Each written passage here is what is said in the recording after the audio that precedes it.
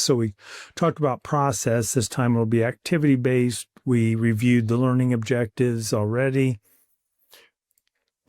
This is in chapter 4, so it's going to illustrate 2 methods that can be used to assign indirect cost or overhead to products and services. The traditional volume-based costing, which we've looked at, and the activity-based costing approach.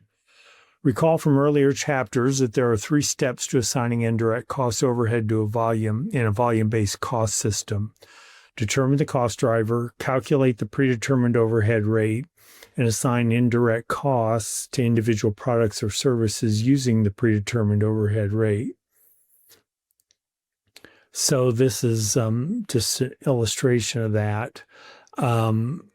Indirect costs, cost driver allocation base, individual product or service.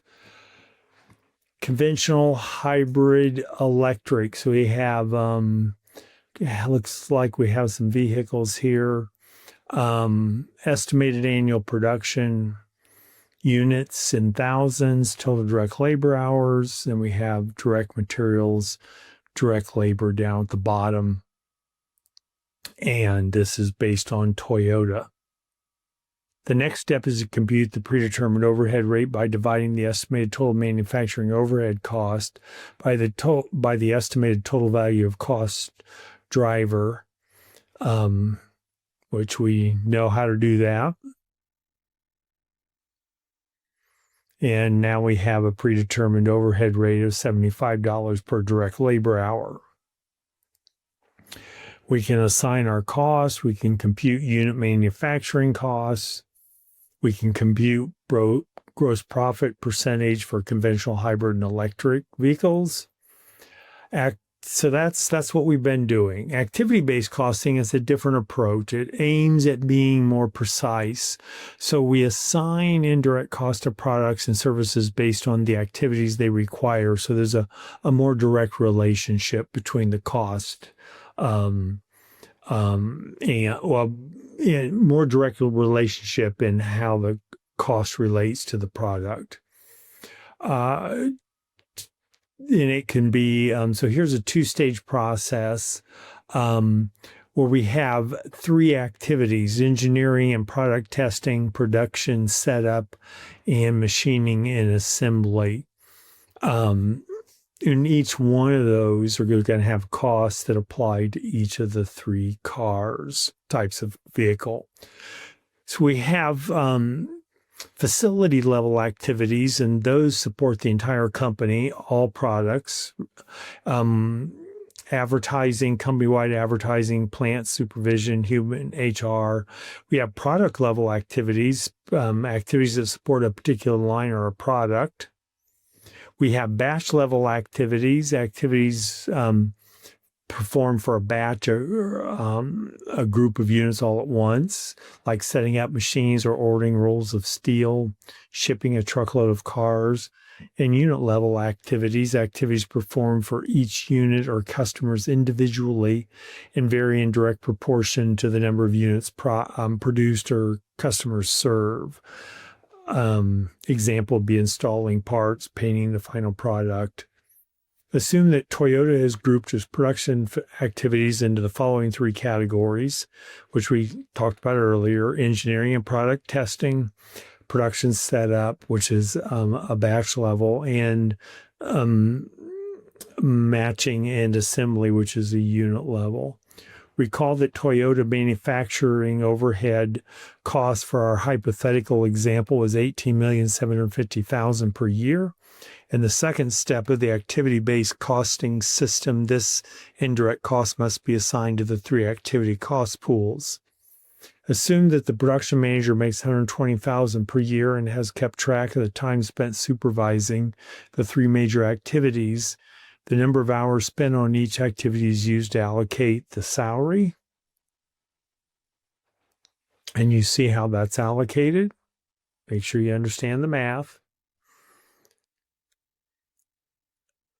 So we're going to form activity pools, assign indirect costs to each pool. So we have engineer salaries, product design and safety, testing, $8 million to engineering and product testing, $4.75 million to production setup, $6 million to machining and assembly. A cost driver for each activity pool. It's a measure of the underlying activity that occurs in each pool. The goal is to identify a driver that has a cause and effect relationship with the underlying activity.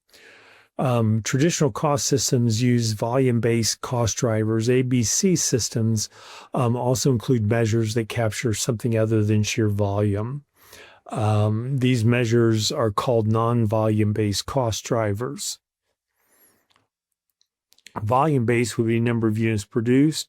Non-volume might be number of batches or setup time, number of direct labor hours versus processing time per unit, number of machine hours, could be number of quality inspections. By incorporating activity drivers that capture the other aspects besides volume, ABC can assign more indirect costs to products that require more setup time, more complex processing, more quality control, or more engineering and design. As I said early on, it aims to be more accurate. So we select our cost driver. For this example, we're going to use engineering hours for the first one, number of setups, and machine hours for the third one. There are two methods that can be used to assign the indirect cost to individual products or services based on their activity requirements. Activity rates or activity proportions.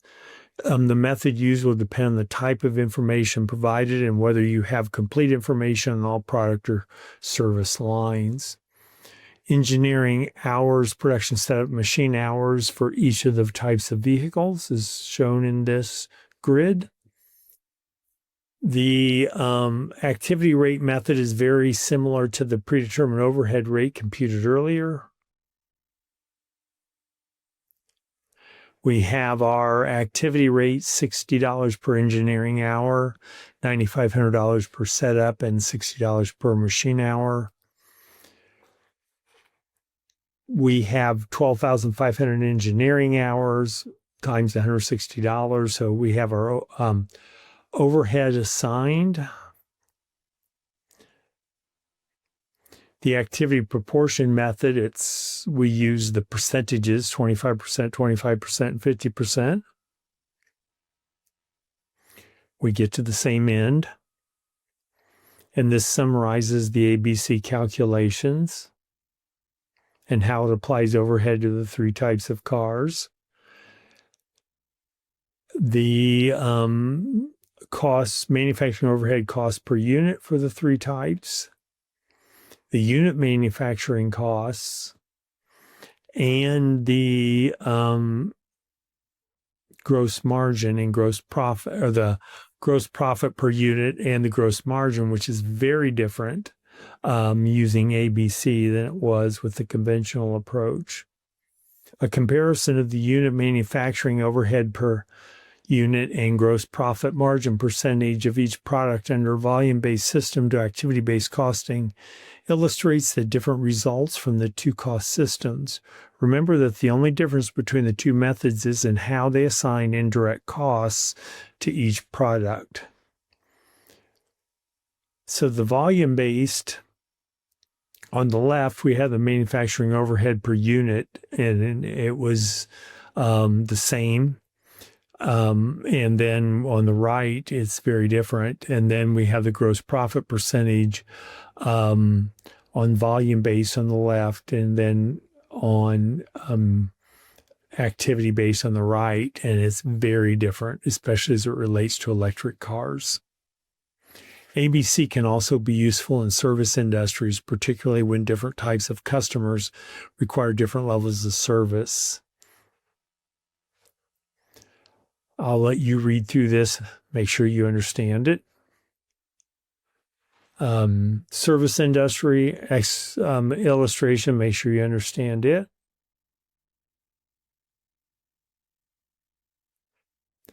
Activity-based management includes all the actions that managers take to improve operations or reduce costs based on the ABC data.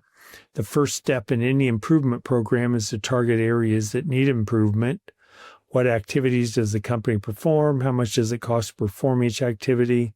Does the activity add value to the customer? Important questions. ABM can also capture and report information about environmental costs, greenhouse gas emissions, people. Just-in-time inventory system, make sure you understand what that is. Same with total quality management, target costing, lifecycle cost management. They're all approaches to be more efficient and effective with the use of resources. Target costing and lifecycle cost management. There's an example. These last few slides are an example. And then this summarizes ABC and ABM. To gain the true benefits of activity-based costing, you have to move from simply measuring cost to finding ways to manage or reduce costs. Although ABC and ABM have many potential benefits, they must be weighted against the cost of the more accurate information. There's always a cost trade-off.